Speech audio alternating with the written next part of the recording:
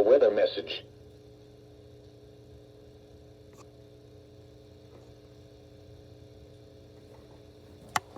What?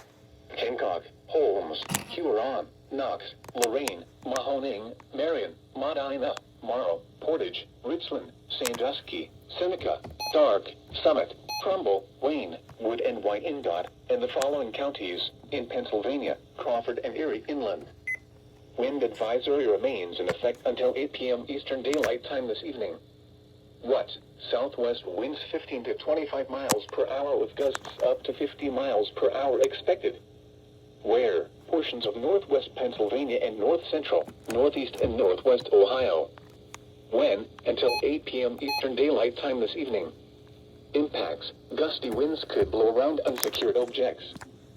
Tree limbs could be blown down and a few power outages may result. Use extra caution when driving, especially if operating a high-profile vehicle. Secure outdoor objects. The current time is 11:39 a.m.